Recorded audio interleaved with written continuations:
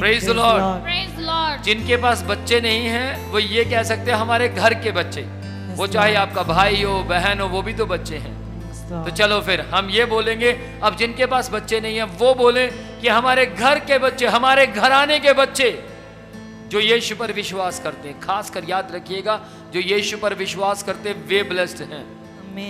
अब ये ऐसा नहीं है कि घराने में जो विश्वास भी नहीं करता वो भी आशीषित है, ऐसा नहीं है। अगर बाहर तूफान चल रहा हो, जितने बच्चे कमरे के अंदर आएंगे वही तूफान से बचेंगे, तूफान की मिट्टी से बचेंगे, अन्यथा सब नहीं बच सकते। इसलिए याद रखिएगा, ऊंची आवाज में बोलिए, हमारे परिवार के बच्चे, हमारे परिवार के बच्चे, हमारे परिवार के बच्चे, हमारे परिवार के बच्चे जादूगरी से बचे रहेंगे, जादूगरी से बचे रहेंगे, शैतान की शक्तियों से बचे रहेंगे, शैतान की शक्तियों से बचे रहेंगे। याद रखिएगा, यदि आपके बच्चों पर शैतान काम कर भी रहा होगा तो भी भाग जाएगा। यदि आपके बच्चों के अंदर कहीं पर नेगेटिव नकारात्मक बातें काम कर भी रही होंगी तो भी निकल जाएंगी। इसलिए ऊंची आवाज में बोलिए, हमारे बच्चों पर जादूगरी काम नहीं कर सकती, हमारे बच्चों के ऊपर जादूगरी काम नहीं कर सकती, हमारे परिवार के बच्चों पर जय प्रकट होगी, हमारे परिवार के बच्चों पर जय प्रकट होगी, हमारे परिवार के बच्चों पर जय प्रकट होगी, हमारे परिवार के बच्चों पर जय प्रकट होगी। हमारे बच्चे जय को हासिल करेंगे, हमारे बच्चे जय को हासिल करेंगे। आपके बच्चे बार बार किसी क्लास में फेल हो रहे हैं, आपके बच्चे पढ़ने में वीक हैं, आपके बच्चे शरारती बहुत हैं, इतने शरारती हैं कि वो बर्तन तोड़ देते हैं, या इतने शरारती हैं कि वो आपकी कहना नहीं मानते, या इतने शरारती हैं कि वो जिद कर कर कुछ भी हासिल कर लेते हैं। ध्यान से सुनिएगा, आज मैं बताना चाहता हूँ, जिद करने वाली भी दुष्ट आत्मा होती है। मैंने देखा है इसको। पिछले समय में मेरे एक दोस्त के बेटे ने जिद की, बहुत जिद की कि मुझे तो बैलून्स चाहिए, ज़्यादा से ज़्यादा गुच्छा चाहिए बैलून का, मुझे दो, अगर नहीं दोगे तो मैं छत से जंप लगा दूंगा। उसने ये वर्डिंग बोली और उसने बोला अच्छा अच्छा बेटा मैं देता हूँ, मैं देता हूँ। मैंने उनको बोला कि आज आप अपने बेटी को ये दीजिए, उसके बाद अंगीकार करना शुरू कीजिए। जब आप अपने बेटे के लिए अंगीकार करना शुरू करेंगे, अपनी बेटी के लिए अंगीकार करना शुरू करेंगे, तो आपके दोनों बच्चे जिद्दी नहीं होंगे, बल्कि जो आप देंगे वो लेंगे। यस, आमेन, आमेन। या जो आपको सही लगेगा वो आप देंगे उनको। और मेरे फ्रेंड ने ऐसा करना शुरू किया। वो कहते हैं, मेरा दोस्त कहता है कि मैंने आपकी वीडियोस को देख देख कर ही अंगीकार को सीखना शुरू किया और अंगीकार को सीखा अच्छी तरह, और आज मेरे दोनों बच्चे जिद्दी नहीं हैं। आमीन। कितने समय में ऐसा हुआ? मात्र 7 महीने में। 7 महीने में बच्चों की पूरी जिंदगी की जिद चली गई। आपको मालूम है, छोटे बच्चे ही जिद नहीं करते, बल्कि 17 साल के बच्चे भी जिद कर कर इनफील्ड ले लेते हैं माँ बाप से, जिद करके मोबाइल लेते हैं, जिद करके कपड़े लेते हैं, जिद करके अलग अलग चीजें लेते हैं। लेकिन जो माँ बाप समझदार हैं वे समझदारी के साथ चलते हैं। बाइबल में लिखा, अपने बच्चों को रीस ना दिलाओ, यानी कि जिद करना ना सिखाओ। यदि आप उसकी आज जिद पूरी करेंगे तो कल फिर जिद बढ़ेगी। याद रखिएगा, आपको कन्फेस करना है, अंगीकार करना है। इस तरीके की दुष्ट आत्माओं को अपने घर से निकालिए, इस तरीके की दुष्ट आत्माओं को अपने घर से खदेड़िए। जब आप खदेड़ेंगे, बाइबल में लिखा है शैतान का सामना करो तो वो तुम्हारे सामने से भाग जाएगा। याकूब 4 अध्याय उसकी 7वीं आयत में। यदि आप चाहते हैं कि शैतान आपके सामने से भाग जाए तो आपको वचन के मुताबिक चलना होगा, तो आपको उसको खदेड़ना होगा, अंगीकार करना होगा। आइए हम अंगीकार करेंगे, कन्फेस करेंगे।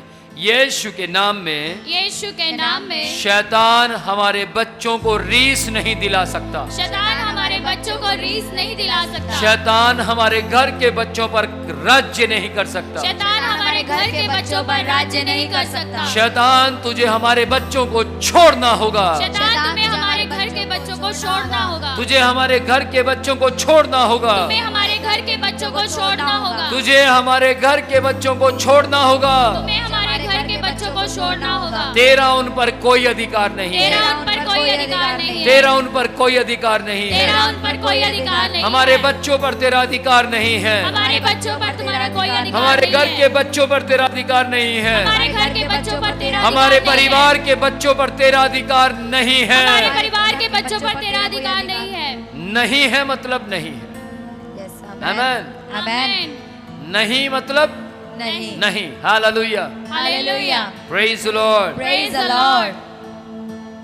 अपने अगर आप अभी अपने पास पर्स लेकर बैठे हैं तो आप अपने पैसे अपने हाथ में ले लीजिए, चाहे वो 500 का नोट ही क्यों ना हो, चाहे वो 2000 का नोट क्यों ना हो, चाहे वो 100 रुपए क्यों ना हो, लेकिन आपके कमाए हुए होने चाहिए। अपने हाथ में ले लीजिए।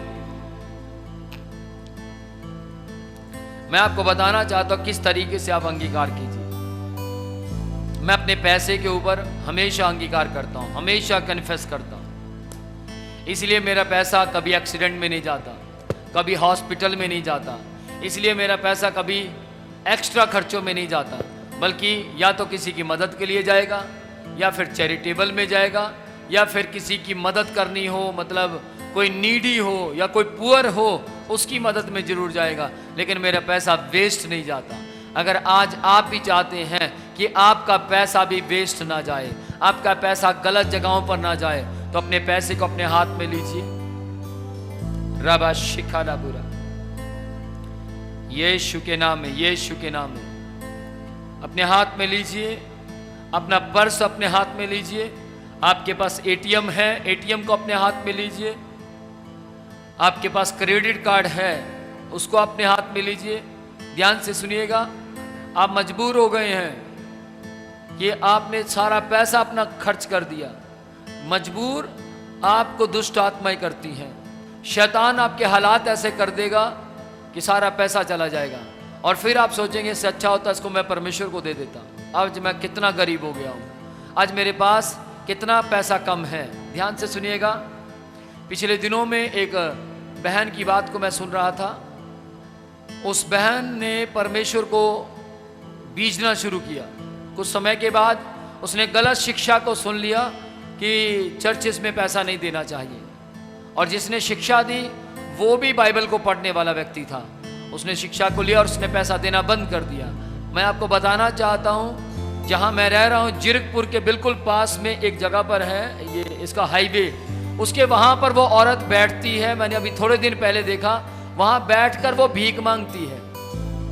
वो समझ पा रहे हैं? आपके पास जो है उसको बनाए रखने का एक ही तरीका है, एक तो अंगीकार करें, दूसरा परमेश्वर को देना शुरू करें। और आप देखिएगा, आप सारी उम्र तक इतने आशीषित होंगे कि आपकी पीढ़ियां भी बैठकर खाएंगी। आप ब्लेस्ड होंगे। हालेलुया। कोई आपसे मदद मांगेगा आकर तो आप मना नहीं करेंगे, आप देने वाले होंगे। आमेन। आप ध्यान से सुनिएगा, मेरे लिस्ट के अंदर 18 लोग ऐसे हैं जिनके जीवन को मैंने देखा, सीखा और उनको सीख कर आगे बढ़ा। 18 लोग ऐसे हैं जिनकी पीढ़ियां बैठकर आज भी खा रही हैं। वो ये कहते हैं कि हमारे सारे बच्चे भी खाएं तो भी ये खत्म नहीं होगा। ये आशीष नहीं है तो और क्या है? बाइबल में लिखा है, घर और धन पुरखाओं के भाग से मिलता है, और जिनको घर और धन पुरखाओं के भाग से मिलता है, समझ जाइए वो ब्लेस्ड हैं, आशीषित हैं। हालेलुया। हालेलुया। लेकिन ध्यान से सुनिएगा, पैसा बहुत है लेकिन शांति नहीं है, उसका भी क्या करेंगे हम? लेकिन याद रखिएगा, असली ब्लेसिंग क्या है? पैसा भी है, शांति भी है, आनंद भी है, जय भी है, और परमेश्वर का राज्य को आगे बढ़ाना भी है। आमेन। उसको बोलते हैं आशीष, blessing. Praise the lord. Praise